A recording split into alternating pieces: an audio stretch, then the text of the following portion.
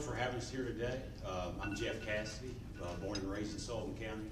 Between my mother, father, and I, we have about 90 years of community service with teaching, coaching, and of course with me in public safety.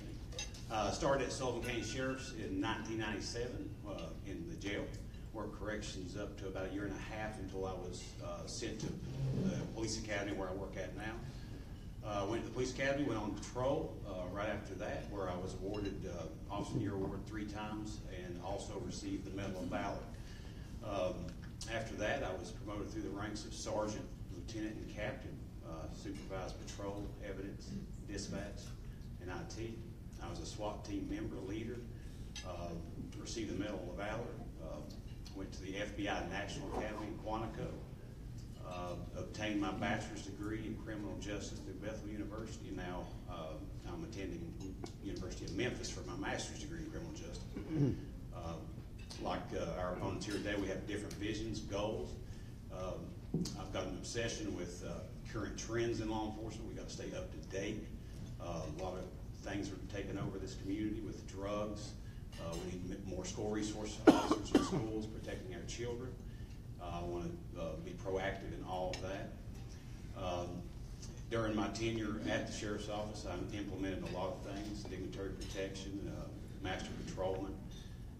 So I've got a lot of management experience, and now I'm currently the training coordinator where I train all law enforcement officers across the state of Tennessee, and mentor, coach, and train them for 9 weeks in a residency program. So when they go out to protect the community, they're well trained and ready to protect society. Thank you. Okay, so one of the first questions raised today, that about school security. Can you talk to me about what your plan as sheriff is to improve school security and ensure, that we don't have these kinds of situations that we've seen around the country? Well, the protection of the children and the staff of schools in the community is my first and foremost priority. Of course, drugs is the second. But we need to get a safety committee together, and that's involving the criminal justice system, students, staff, have mock exercises, have tabletops, to let the children and the teachers know what's going on, how to respond to, say, a police officer does respond to school, what's to be expected. There's a lot of stuff that you can put measures in place that helps with protection during an active shooter. Eagle software, Hero 911, it's apps that communicate and let all the law enforcement know that there's an active shooter. Eagle software, if the sound of a fire, a gunshot goes off, it locks everything down right at once. So there's a lot of stuff, measures in place to take that you can implement. It's going to cost money, but if you think about it, we have measures in place for fires, tornadoes, and earthquakes. And the last time we lost a kid in a fire was 1958. We're starting to lose a lot of masses of children in active shooting in schools. So we need to take those measures towards that. One of the other early questions about jail overpopulation. Sullivan County's jail is pretty heavily overpopulated at this time. As sheriff, what measures do you think you can take to try to ease that burden on the corrections facility? Well, like I said in the debate today, a jail expansion may be necessary, okay? And it's going to be very expensive, $67 million.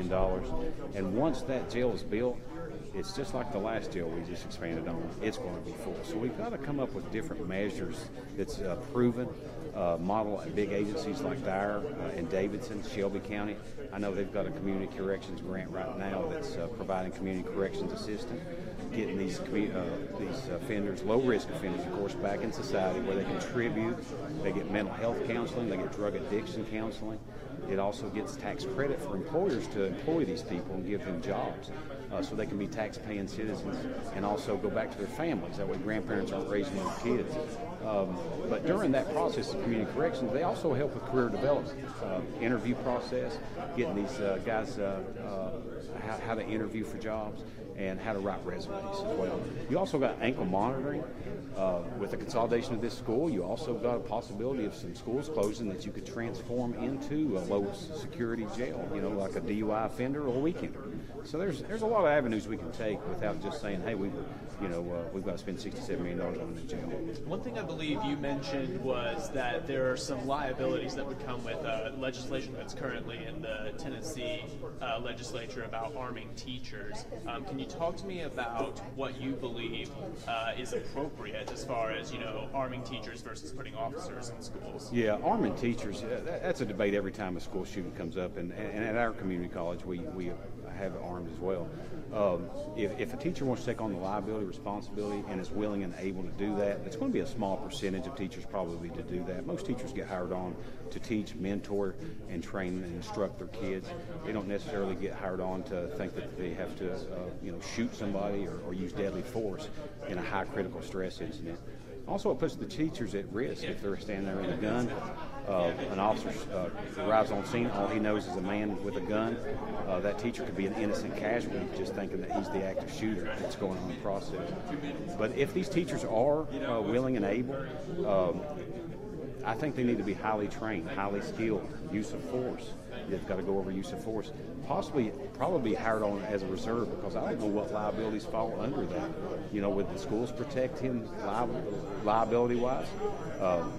So if he was a reserve, law enforcement got all the training that officers do, and I'm talking use of force, force-on-force, scenario-based training, because the body acts under stress in a whole different manner than you concealed carry permit class. You just shoot a piece of paper that's static right in front of you.